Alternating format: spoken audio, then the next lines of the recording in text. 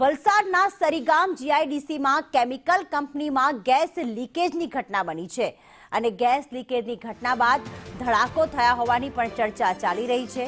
હાલમાં જે અંદર જે શ્રમિકો કામ કરી રહ્યા હતા તે 3 થી વધુ લોકો ઇજાગ્રસ્ત થયા છે, જેમને હોસ્પિટલમાં ખસેડવામાં આવ્યા છે। ગેસ લીકેજના પગલે કંપનીના કામદારોમાં અફરાતફરીનો માહોલ સર્જાયો છે।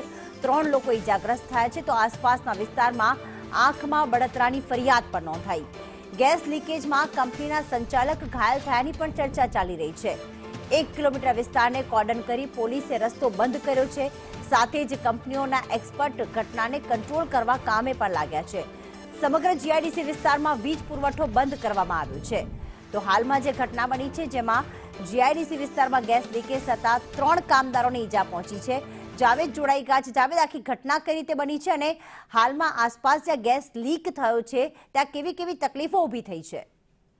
જી, સરીગામની કેમિકલ કંપની છે ત્યાં ઘટના બની છે। સવારની આ ઘટના છે જેમાં ખુદ માલિક સહિત અન્ય 2 કામદારો ઇજાગ્રસ્ત થયા હતા અને તેઓને તાત્કાલિક અન્ય કામદારો સાથે મળીને તેઓને ખાનગી હોસ્પિટલમાં રવાના કરવામાં આવ્યા હતા અને ત્યાં તેઓને હાલ સારવાર ચાલી રહી છે।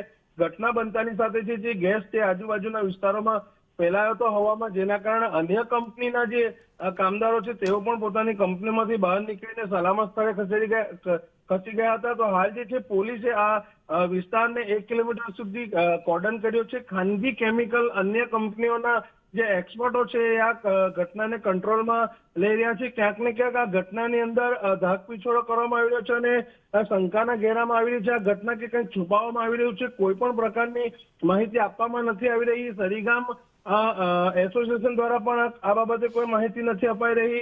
ઇમરજન્સી કંટ્રોલ દ્વારા પણ કોઈ માહિતી અપાઈ નથી રહી। સાથે સાથે ફાયર વિભાગને પણ આ બાબતે કોઈ જાણકારી અપાઈ નથી રહી અને તેઓ દ્વારા પણ જાણકારી મળી નથી રહી અને કંપની નજીક કોઈને જવા દેવામાં આવી રહ્યા નથી।